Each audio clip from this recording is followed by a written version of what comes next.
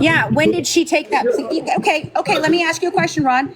First of all, I want to ask two questions. At what point in time did you start working with HBO?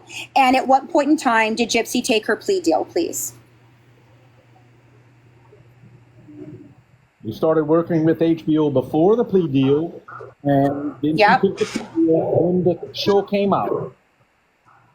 Okay, so when did they provide you with the USB drive that you handed to Mike Stanfield to use in her defense for her plea deal? When did that happen? Because I have a letter stating that HBO and Aaron Lee Carr gave you this and gave you a copy for Mike Stanfield to go ahead and get that plea deal. So when did that happen?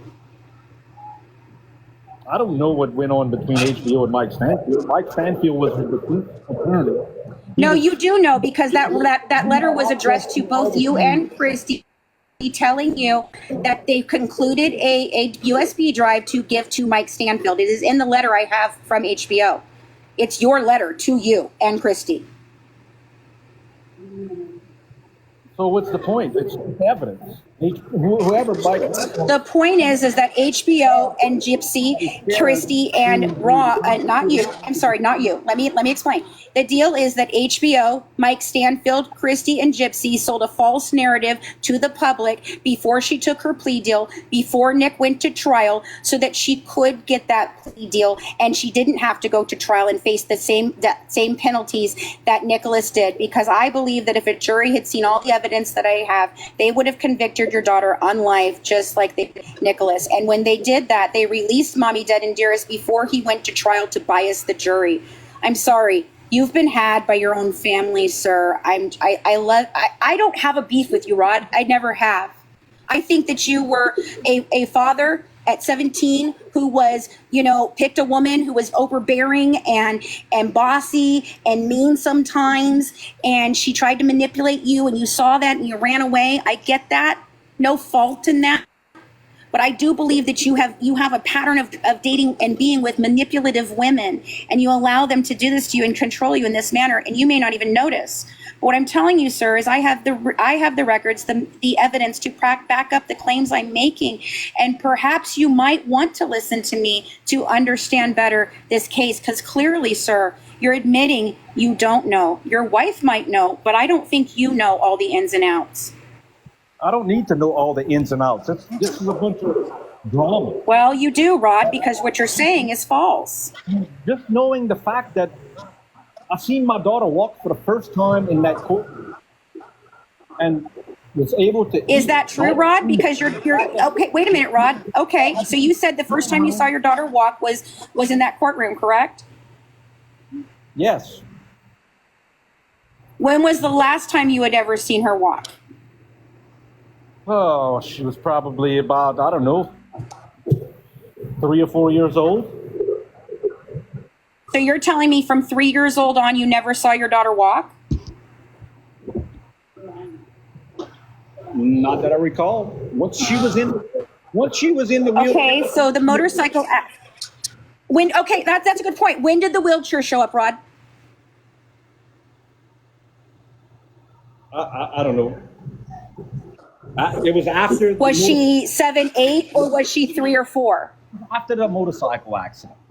Did it happen after? Okay, so it happened after the motorcycle accident. Then what you just said was inaccurate, sir, because the motorcycle accident didn't happen until she was 7 or 8 years old, which means that the entire, up to the point from 3 to 4 to 7 to 8, she was walking. All right, so you saw her walking at 8. Then the wheelchair shows up, and then you don't see her walking again until you were in court, which is why your wife specifically said that we knew she could walk. But what Gypsy said in her testimony was, I always knew I could walk, and I always knew I was not sick.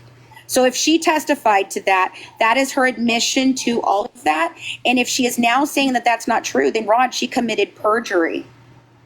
I don't think she's saying that's not true. Like you said, I don't understand. How do you not think she's saying that's not true? I don't know. I know. Rod, look, I could debate with you all day, and I will run you in circles because I have all the evidence, and I've done all the job, I've done all the work, and I am highly, highly educated in this and highly intelligent. I am not trying to say that to talk down to you. I just think you're misinformed, and I think you've been misled by the women in your life. If you want to know really what happened, I will be happy to provide you with anything you want to look at, to understand. You don't have to talk to me. I have other people that I can pass this through to you. But if you're really interested in knowing why your daughter did this to protect your grandchild and your other family members, you really need to be more informed, sir. And I just would like to help you, Rod. I always wanted to help you. All I ever wanted to do was tell the truth. Fancy, I am informed. I lived this. Since Gypsy was born, I lived this. But you said you didn't live this, Rod. You said that she was far away. You said that you never went to her doctor's appointments. You said you never saw her. However, we have quite a few pictures where I'm pretty sure you had a relationship with her for quite a long time. I did. When she was younger, after they started moving away towards New Orleans and everything, I didn't see her at all for many years. But I remember her being. And why is that, Rod? Why did you never go for visitation, Rod? And I was busy working life. You know, we tried to make a trip when she was maybe 17, 18. So you willfully did not participate in your daughter's life because you were working, and I get that. But sir, then you can't sit here and tell me that you lived it, because you didn't. You were offshore, and you have no idea what Dee Dee, nor Christy, nor Gypsy, nor any of the other family members were doing back home. You yourself have admitted that you never ever went to a doctor's appointment, not one time. You never questioned her. You never took her to court for anything except for the one time where you disputed some of the medical charges. I think she told you the truth, Rod, and I think you believed that because it was the truth. And I think now they are changing the narrative because it doesn't fit. Fancy. She thought about killing her mom to get away from her. That's all the why, truth. Rod? Why? She started thinking about killing her mother all the way back to 2011, sir, when she shot her with a BB gun 10 times. Yeah, because she wanted to get away from her, man. For what reason, Rod? Why didn't she just leave? She was in 2011. She was over the age of 18. Why didn't she call you? Why didn't she just leave, Rod? She knew. I don't know. I can't. She didn't leave. She was probably scared shitless to get caught again, Fancy. Rod, no, the cops never brought her home. Do you understand that? The cops have never been called to bring her home. She willfully walked out of Dan's roommate's house and went home with your wife because with your ex-wife, because your ex-wife told her she wanted the drugs that she stole, the money that she stole, and she told her if she returned home with her, she would go ahead and allow her to have the relationship with Dan. No police ever brought your daughter back. The only time that the police were ever involved was in 2009, when a nurse that worked for Dr. Steele supposedly called in a welfare check. 2 officers and 2 CPS workers went out to the home. They spoke to Gypsy. They saw an ID that proved that Gypsy was over the age of 18. Dee Dee provided them with medical records that showed that she did have some of the developmental delays and the actual physical ailments that she had. Gypsy told them that nothing was wrong, and Gypsy did not leave. They gave her the opportunity to leave that day, and she did not.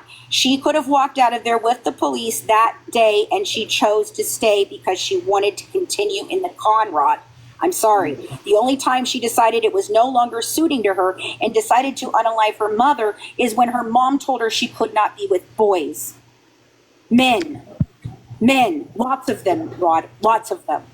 We have proof of this. The cops wouldn't get her or nothing. Dee Dee got her back home, and she was scared. No, that was her way. She didn't have to go home with her, Rod. Why wouldn't she have just? Why didn't she call the police that day? They would have come out and verified her ID. I don't know. I can't answer that. That's a good question. Exactly. You can't answer that. That's the problem. She had every opportunity to leave, and she did not. So I do not believe that abuse is the motivating factor for the reason that she killed your wife. I believe your ex-wife. There is many, many other reasons that we believe is a motivation for this, sir. Well, and I can show them to you. The investigators did not continue to investigate after your daughter took a plea deal. They were instructed by Dan Patterson to stop investigating. They already had a confession from her co-defendant. They did none of the investigating, and the officers in the case said that they were investigating a long financial fraud, and they were very upset that they did not get to take this to trial because they believed they had evidence to prove why this was done, and it had nothing to do with abuse. You and HBO, your wife, Gypsy, all changed that narrative, and you have lied to the public for 9 years. Not you specifically, I don't think, but your wife and your child have. Your daughter, Mia, even is calling her out in front of her. Can you not see the writing on the wall, Rod? She's a very disturbed girl, and she needs help. You're denying that she has medical conditions. You're denying that it has anything to do, that she has any medical conditions related to the chromosome disorder. And do you understand, for the health of your grandchild, that is rather dangerous. I don't think Gypsy has any medical conditions. Rod, she has medical conditions. She's taking medications. She has conditions from this, Rod. They're proven in her medical records. What are you talking about? She got a full checkup when she... Rod, can I ask you a question?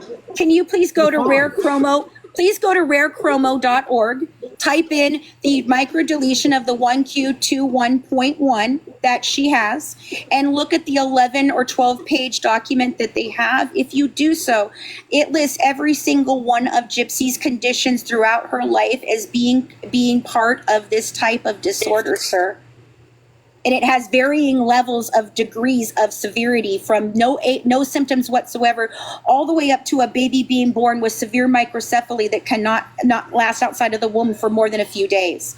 There are serious ramifications, and if you have not done genetic counseling, sir, you're not protecting your grandchildren. You're not protecting Mia's grandchildren. You're not protecting any of Dylan's children, and you're not protecting Nicolette's children, and you're not protecting Gypsy's children because you're choosing to be willfully ignorant. Just go get the counseling done, sir. I'm trying to save your grandchild's life. Oh, God, Fancy, thank you so much.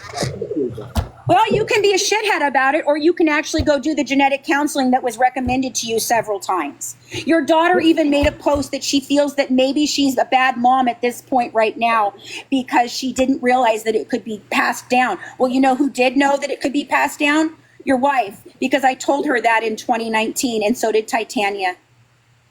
Gypsy has a doctor that she's seeing about her baby. What kind of doctor? That, you know... No, is it a general I feel like practice this is doctor or is getting it a extremely abusive, this conversation. I think it's getting out of hand. It's being, I think this is, it's an attack. And go through her, we don't, Yeah, I if think you guys want to have, if Rod and Fancy, if you guys want to have that conversation, I just feel like it's getting a little hot and you know what I mean? And I feel like without anything in front of Rod, we can't expect him to answer. You can't expect him to know or remember on the spot, or so. I agree with that. I agree. It looks unfair to Rod, and so I'm going to call that one. Well, that's why I've repeatedly asked him to speak to me privately. Right. If you guys want to have a private conversation, absolutely. I just feel thank you for allowing me to speak with you, Rod. Prepared for that. Yeah. Okay, Rod, I'm serious. If you would like some information, please reach out to me. I will give you anything you need. I am not an enemy of you. I am not an enemy of your family. I simply want to tell the truthful story, sir. So if you would like to speak to me further, please, Rod. Christy has my phone number. You can call me. I've asked her to call me several times through Jasmine, and she did not, because I wanted to tell you this before I found out she was pregnant, because I got confirmation this year. Okay? I would like to have a further conversation with you, and I do agree that doing this without him being able to prepare himself is not okay. But I wanted to very much put into your head things to think about. Fancy, I think you can.